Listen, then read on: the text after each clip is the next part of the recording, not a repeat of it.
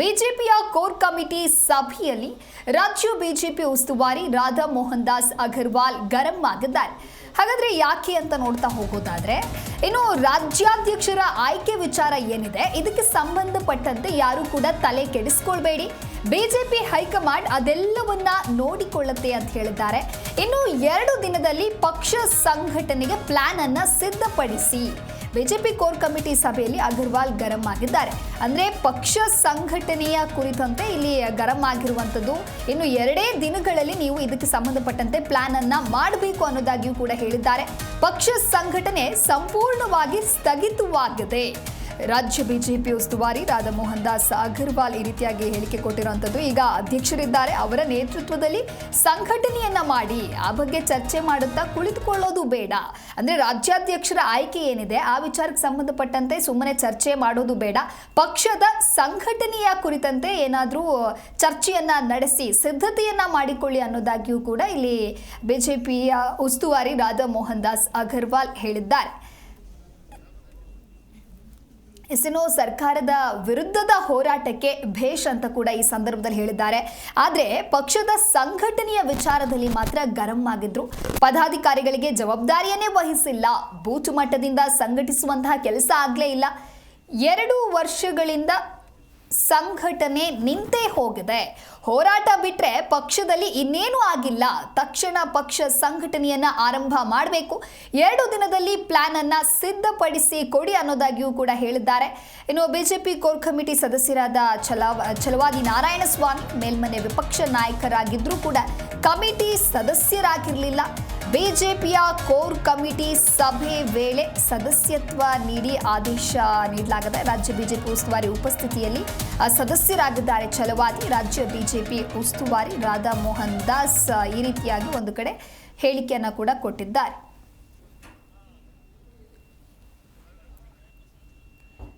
ಈ ಕುರಿತಂತೆ ಮತ್ತಷ್ಟು ಮಾಹಿತಿಯನ್ನ ನೀಡಲಿದ್ದಾರೆ ನಮ್ಮ ಪ್ರತಿನಿಧಿ ಜನಾರ್ದನ್ ಹೆಬ್ಬಾರ್ ದೂರವಾಣಿ ಸಂಪರ್ಕದಲ್ಲಿ. ಹೆಬ್ಬಾರ್, ಇನ್ನು ರಾಜ್ಯ ಬಿಜೆಪಿ ಉಸ್ತುವಾರಿ ರಾಧಾ ಮೋಹನ್ ದಾಸ್ ಅಗರ್ವಾಲ್ ಗರಂ ಆಗಿದ್ದಾರೆ. ಅಂದ್ರೆ ಬಿಜೆಪಿಯ ಕೋರ್ ಕಮಿಟಿ ಸಭೆ ಬಹಳ ಪ್ರಮುಖವಾಗಿ ಪಕ್ಷ ಸಂಘಟನೆ ಆಗ್ತಾ ಇಲ್ಲ ಅನ್ನೋದಾಗಿ ಈ ಕುರಿತಂತೆ ಡೀಟೇಲ್ಸ್ ಕೊಡ್ತಾ ಹೋಗೋದಾದ್ರೆ, ಕೋರ್ ಕಮಿಟಿ ಸಭೆಯಲ್ಲಿ ಬಹಳ ಪ್ರಮುಖವಾದಂತಹ ವಿಷಯ ಚರ್ಚೆ ಆಗಿದ್ದಂತಂದ್ರೆ ಸಂಘಟನೆ ವಿಚಾರ. ಅಂದ್ರೆ ರಾಜ್ಯ ಸರ್ಕಾರದ ವಿರುದ್ಧ ಹೋರಾಟ ಅದನ್ನೆಲ್ಲನೂ ಕೂಡ ವಿಪಕ್ಷವಾಗಿ ಮಾಡ್ತಾ ಇದ್ದೀರಿ. ಆದ್ರೆ ಇಡೀ ರಾಜ್ಯದಲ್ಲಿ ಬೂತ್ ಮಟ್ಟದಿಂದ ಯಾವುದೇ ರೀತಿಯಲ್ಲೂ ಪಕ್ಷ ಸಂಘಟನೆ ಆಗಿಲ್ಲ, ಸಂಪೂರ್ಣವಾಗಿ ಸ್ಥಗಿತವಾಗಿ ಹೋಗಿದೆ. ಇದೇ ರೀತಿ ಆದ್ರೆ ನೀವು ಚುನಾವಣೆ ಎದುರಿಸೋದಾಗಿ ಜನ ಕಾಂಗ್ರೆಸ್ ಅನ್ನ ತಿರಸ್ಕರಿಸಬಹುದು, ಆದ್ರೆ ಮುಂದಿನ ಚುನಾವಣೆಯೊತ್ತಿಗೆ ಬಿಜೆಪಿಯನ್ನ ಜನ ಸ್ವೀಕರಿಸುವಂತಹ ವಾತಾವರಣ ನಿರ್ಮಾಣ ಆಗ್ಬೇಕು.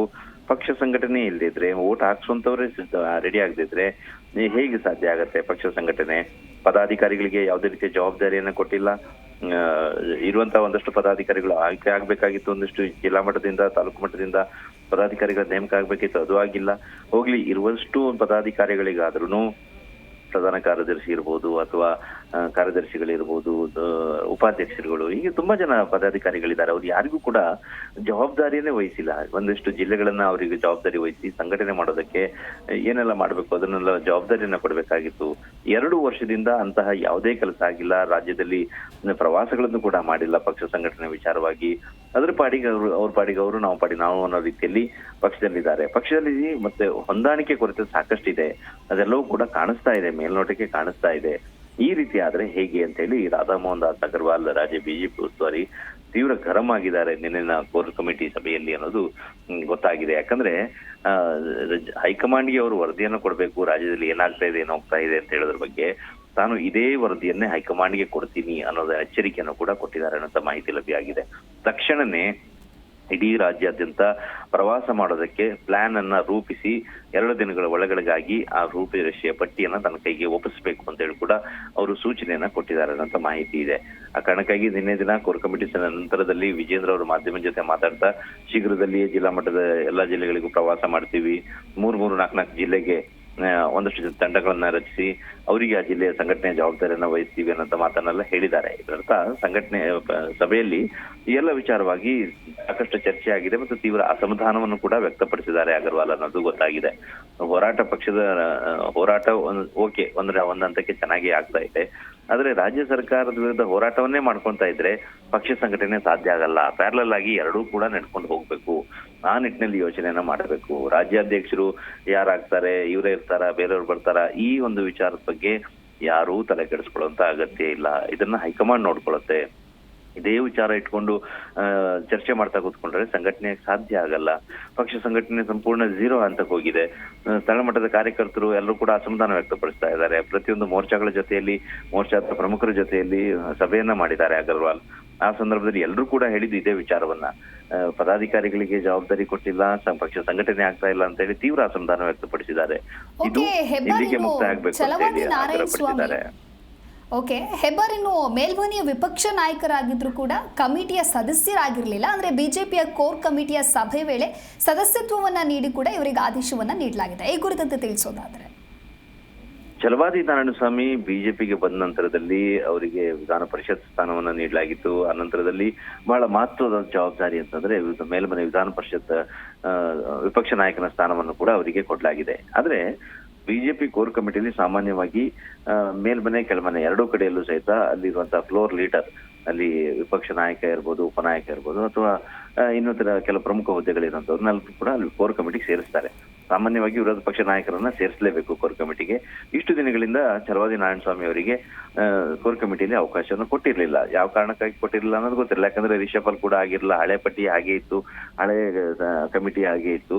ನಿನ್ನೆ ದಿನ ರಾಧಾ ಮೋಹನ್ ದಾಸ್ ಅಗರ್ವಾಲ್ ಅವರು ಬಂದ ನಂತರದಲ್ಲಿ ಕೋರ್ ಕಮಿಟಿ ಸಭೆ ಇರುವಂತ ಸಂದರ್ಭದಲ್ಲಿ ಬಿಜೆಪಿ ರಾಜ್ಯಾಧ್ಯಕ್ಷ ವಿಜೇಂದ್ರ ಇವರೆಲ್ಲ ಕೂಡ ಚರ್ಚೆ ಮಾಡಿ ಛಲವಾದಿ ನಾರಾಯಣಸ್ವಾಮಿ ಅವರಿಗೆ ಕೋರ್ ಕಮಿಟಿಯಲ್ಲಿ ಅವಕಾಶ ಕೊಡಬೇಕು. ಯಾಕಂದ್ರೆ ಸಾಂವಿಧಾನಿಕ ಹುದ್ದೆಯಲ್ಲಿದ್ದಾರೆ, ಪಕ್ಷದಲ್ಲಿ ಇದ್ದಾರೆ, ಪಕ್ಷ ಹಿರಿಯರಿದ್ದಾರೆ, ಅವರಿಗೆ ಆ ಜವಾಬ್ದಾರಿಯನ್ನ ವಹಿಸ್ಕೊಡ್ಲೇಬೇಕಾಗತ್ತೆ ಅಂತೇಳಿ ಅವರಿಗೆ ಅವಕಾಶವನ್ನ ಮಾಡಿಕೊಡ್ಲಾಗಿದೆ. ಈ ವಿಚಾರಕ್ಕೆ ಛಲವಾದಿ ನಾರಾಯಣಸ್ವಾಮಿ ಅವರು ಸಹಿತ ಬಹಳ ಸಂತಸ ವ್ಯಕ್ತಪಡಿಸಿದ್ದಾರೆ ಅನ್ನೋಂಥ ಮಾಹಿತಿ ಲಭ್ಯ ಆಗಿದೆ. ಕಾರಣ ಏನಂತಂದ್ರೆ ಕಾಂಗ್ರೆಸ್ನಲ್ಲಿ ಯಾವುದೇ ರೀತಿಯ ಅವಕಾಶಗಳನ್ನು ಸಿಗದೆ ಬಹಳಷ್ಟು ವರ್ಷಗಳ ಕಾಲ ದುಡಿದ್ರೂ ಏನು ಪ್ರಯೋಜನ ಆಗಿಲ್ಲ ಕಾರಣಕ್ಕಾಗಿ ಬೇಸರದಿಂದ ಪಕ್ಷದಿಂದ ಹೊರಗಡೆ ಬಂದಿದ್ರು. ಬಿಜೆಪಿಗೆ ಬಂದ ನಂತರದಲ್ಲಿ ಬಿಜೆಪಿಯಲ್ಲಿ ಒಂದು ಆರೋಪ ಇತ್ತು, ಮೇಲ್ವರ್ಗದವರಿಗೆ ಮಾತ್ರ ಅವಕಾಶ ಕೊಡ್ತಾರೆ, ಕೆಳವರ್ಗದವ್ರಿಗೆ ಇಲ್ಲ ಅಂತ ಹೇಳಿ. ಅದನ್ನೂ ಮೀರಿ ತನಗೆ ಇಷ್ಟೆಲ್ಲ ಅವಕಾಶವನ್ನ ಕೊಡ್ತಾ ಇದ್ದಾರೆ ಅನ್ನೋದ್ರ ವಿಚಾರವಾಗಿ ಬಹಳ ಸಂತೋಷವನ್ನು ಹಲವು ಬಾರಿ ವ್ಯಕ್ತಪಡಿಸಿದ್ದಾರೆ. ವಿರೋಧ ಪಕ್ಷ ನಾಯಕ ಸ್ಥಾನವನ್ನು ಕೊಟ್ಟರು, ಸದಸ್ಯತೆ ಎಲ್ಲವನ್ನು ಕೊಟ್ಟರು. ಈಗ ಕೋರ್ ಕಮಿಟಿಯಲ್ಲೂ ಕೂಡ ಅವಕಾಶವನ್ನು ಮಾಡಿಕೊಟ್ಟಿದ್ದಾರೆ ಅನ್ನೋ ವಿಚಾರಕ್ಕಾಗಿ ಸಂತಸವನ್ನು ವ್ಯಕ್ತಪಡಿಸಿದ್ದಾರೆ ಅನ್ನೋ ಮಾಹಿತಿ ಲಭ್ಯ ಆಗಿದೆ. Divya, okay, thank you Hebbar ನಿಮ್ಮೆಲ್ಲ ಮಾಹಿತಿಗಾಗಿ.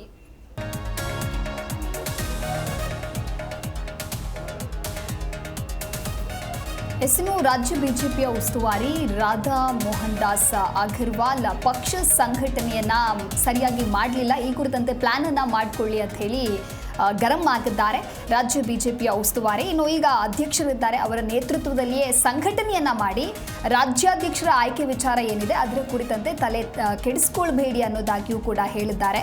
ಇನ್ನೊಂದು ವಿಚಾರ, ಬಿಜೆಪಿಯ ಕೋರ್ ಕಮಿಟಿ ಸದಸ್ಯರಾಗಿದ್ದಾರೆ ಛಲವಾದಿ ನಾರಾಯಣಸ್ವಾಮಿ. ಅಂದ್ರೆ ಮೇಲ್ಮನೆಯ ವಿಪಕ್ಷ ನಾಯಕರಾಗಿದ್ರೂ ಕೂಡ ಇವರು ಕಮಿಟಿಯ ಸದಸ್ಯರಾಗಿರಲಿಲ್ಲ. ಹಾಗಾಗಿ ಬಿಜೆಪಿಯ ಕೋರ್ ಕಮಿಟಿಯ ಸಭೆ ವೇಳೆ ಸದಸ್ಯತ್ವವನ್ನು ನೀಡಿ ಆದೇಶವನ್ನು ಕೂಡ ನೀಡಲಾಗಿದೆ.